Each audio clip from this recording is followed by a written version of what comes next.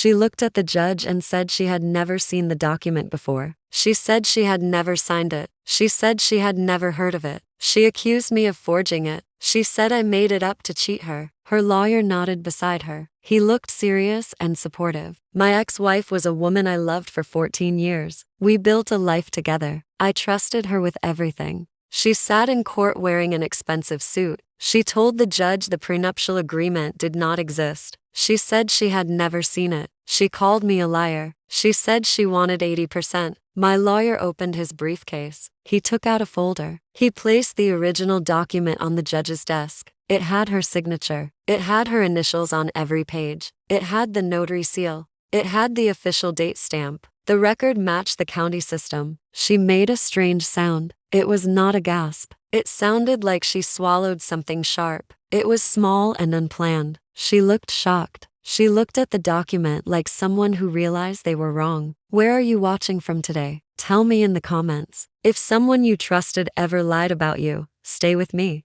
This story has many twists. The ending may surprise you. My name is Daniel Orton. I want to tell you something surprising. I did not want the prenup at first. I was 29 years old. I was deeply in love with Meredith Colvin. I thought a prenup was unromantic. I thought it showed doubt. I believed love should be enough. My father changed my mind. He did not argue with me. He stayed quiet. He had lost everything in his own divorce. He still had not recovered. He sat at his kitchen table. He lived in a small apartment after losing the house. He told me one sentence. He said, "Hope for the best, but sign the paper." I signed the paper. Meredith signed the paper. We put it away. We got married. I believed we would never need it. Prenups are not for who you are when you sign them. They are for who you might become. 14 years later, I understood my father. Let me tell you about Meredith. She was different in the beginning. When we met, I worked 60 hours a week. I was building a small software company. I had 3 employees. I had a business loan. I believed I could succeed.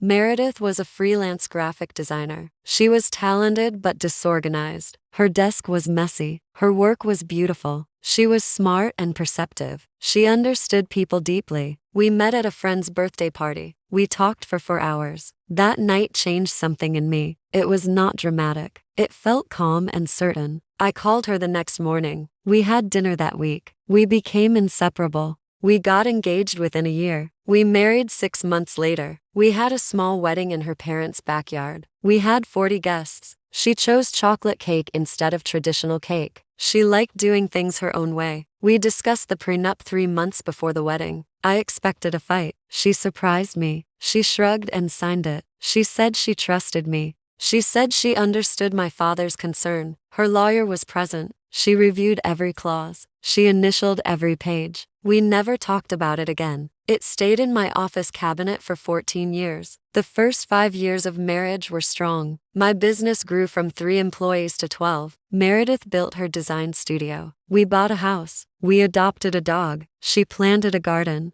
We had a son named Oliver. She became a loving mother. She sang to him every night. Years 6 to 10 were successful. My company made more money. We moved into better offices. I built financial security. Meredith slowly worked less. She spent more time at home. I supported her decision. Over time, she started spending more money. At first, it seemed normal. The kitchen renovation cost more than planned. She bought a more expensive car. Our vacations became more luxurious. Each expense seemed reasonable. Together they formed a pattern. I did not notice soon enough. Around year 11, I felt distance between us. We still lived together normally, but something felt different. She stopped asking about my work. She built a social life without me. It felt like she was slowly preparing to leave. In year 13, I found a credit card in my name. I had never applied for it. It had $67,000 in charges. The charges were for stores and restaurants I never visited. There were large cash advances too. I felt shocked and betrayed. I confronted her. I showed her the statement. She became angry. She said I had no right to check. She called it her business.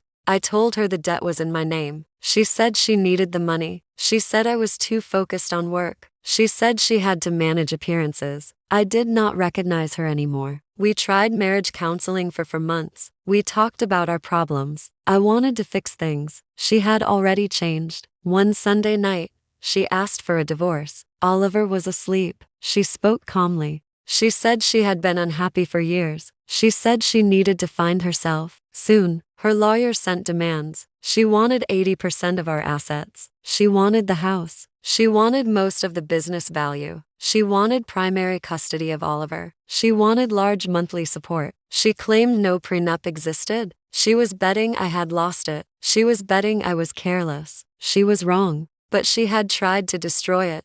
I found out the truth later during the court case. My lawyer requested security footage from my office building. 2 months before Meredith asked for a divorce, she went to my office. It was a Saturday. The building was closed. She used a key she had copied from my keyring. She opened my filing cabinet. She took the prenuptial agreement. The video showed her arriving at 10:14 in the morning. She stayed for 22 minutes. She left with a folder under her arm. She had been planning this for at least 2 months. Her speech about finding herself was planned long before she gave it. Her tears were planned. Her pauses were rehearsed. But Meredith did not know something important. The original prenup was not in that cabinet. It had not been there for 8 years. In year 6 of our marriage, my office was robbed. It was a random burglary. It had nothing to do with her. After that, I moved all important documents. I stored them in a fireproof safe at my lawyer's office. The document in my cabinet was only a copy. It was complete and accurate, but it was still a copy. Meredith stole the photocopy. She probably destroyed it. She thought she had removed the only proof.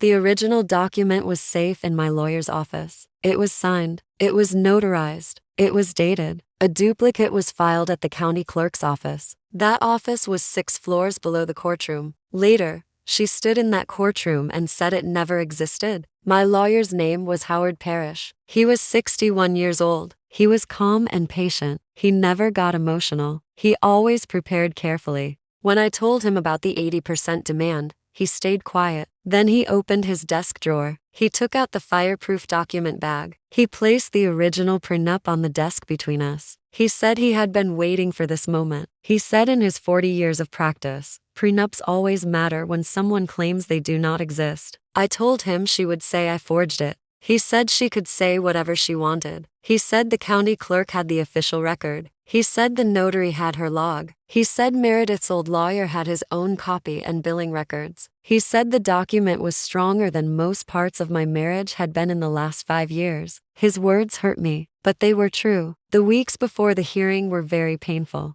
Meredith and I had to manage Oliver's schedule. At the same time, we were fighting in court. We only sent short and emotionless messages. We talked about school and pickup times.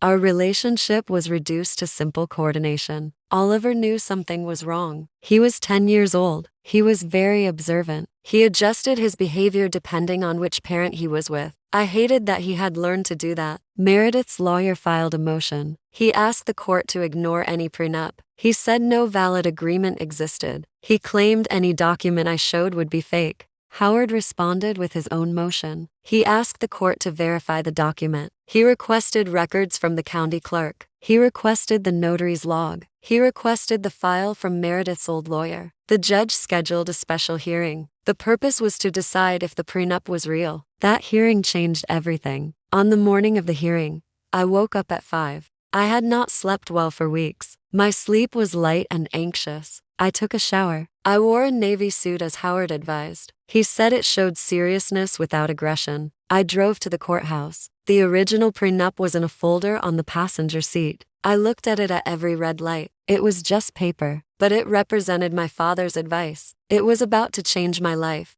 Meredith arrived with her lawyer, Leland Cross. He was known for handling wealthy divorce cases. He looked very confident. Meredith wore a charcoal suit. Her hair was shorter than before. She looked different. She did not look at me. She looked through me. The judge's name was Robert Calloway. He was in his late 50s. He looked serious and fair. He listened to both sides. Cross argued that Meredith never signed a prenup. He said any document I presented would be fake. He asked the court to ignore it. Howard asked to call a witness. Cross objected. The judge allowed the witness. Howard called Rebecca Nolan. She was a notary public. She had worked for 32 years. She kept detailed records. She confirmed that Meredith and I signed the prenup in front of her. She confirmed she verified our identities. She confirmed she applied her seal. Cross objected again. The judge overruled him. Howard called a second witness. His name was Arthur Keene. He had represented Meredith during the original prenup. He brought his file. The file included billing records and draft agreements.